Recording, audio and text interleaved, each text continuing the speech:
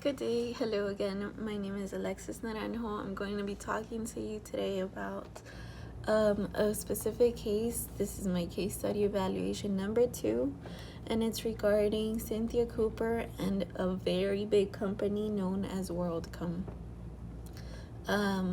It is for my legal, ethical, and social values of business class with Professor Hiram at Florida National University. Yeah. Okay, so let's start. So Cynthia Cooper, she was a former VP for American multi-millionaire company WorldCom. WorldCom was at one point the second largest telecommunications company in the world. It would buy out its rivals in order to create a monopoly so that they would be the only ones in power in the telecom industry. As worldly but known WorldCom was, the fraud that led them to bankruptcy was even bigger. So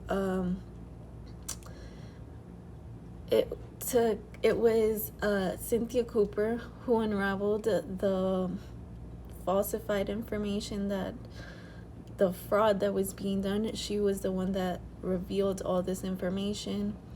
The company was basically, in their balance sheet, they were making themselves look more profitable than what they actually were. So in reality, they were not as profitable as they seemed. And this profitability allowed them certain easiness, certain benefits that other companies that are not as profitable have. So they were getting away with a lot of stuff.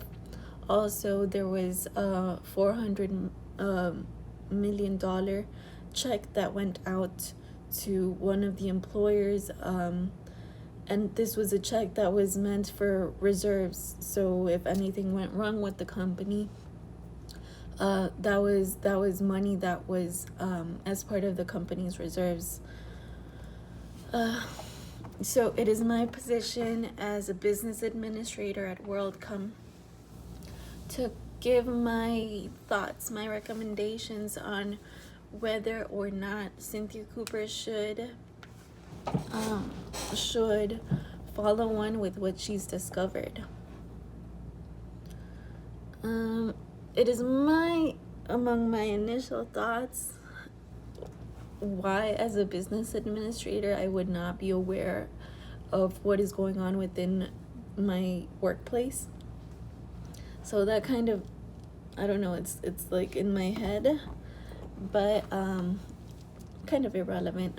I'm considering myself the business administrator for WorldCom, so a little relevant. I realize that I'm already putting myself in Cynthia Cooper's place and thinking, how did this continue? How did it why didn't they stop it? But when I think about me and her place, I'm kind of thinking about me and her place, but at my workplace where there's 12 people working. This is a multinational corporation. So in order to make this decision, Ms. Cooper needs to think about the facts. She needs to consider every possibility. Maybe she's wrong, maybe the numbers are right, and I don't know, something, but it's a multi-millionaire corporation. So whatever she does, it holds millions of dollars on her decision.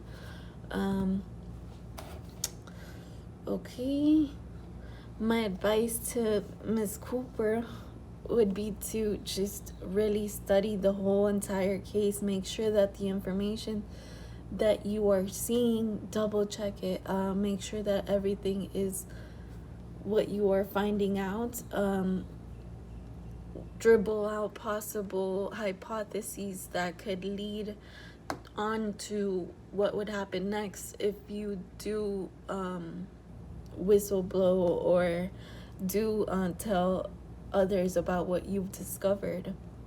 Even consider maybe a pros and cons list to make sure that the severity of your decision is in accordance with the benefits of the company.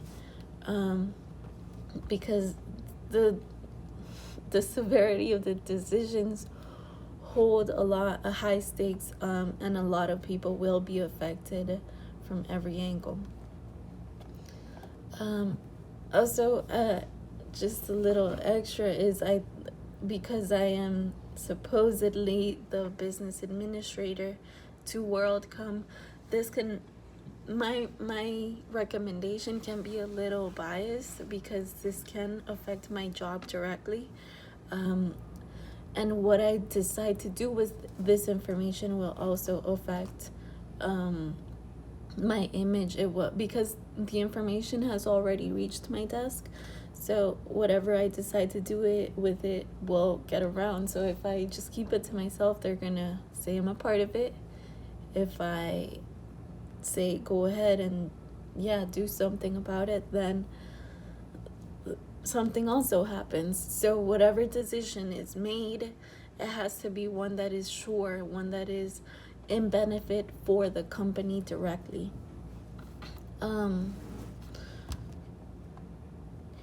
If I decide to move forward with whatever proceedings come, I must be aware that police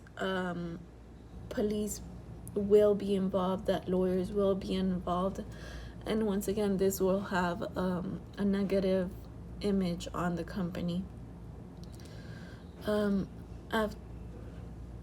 As a Kantian, I would agree that the actions that drove Miss Cynthia Cooper and her team to finally blow the whistle on this whole fraud, what she was trying to do, it can be considered morally correct because she was looking out for the company, and rather than the employees. And I do believe that Miss Cooper's responsibility was with the company rather than the employees. So at the end, she did blow the whistle. The company started going down from there, and it went bankrupt. So although it didn't have I think it would have been a little worse if she hadn't, because it's just a big decision to make, and I would just study everything, make sure that the information that I'm seeing is the right one. Thank you.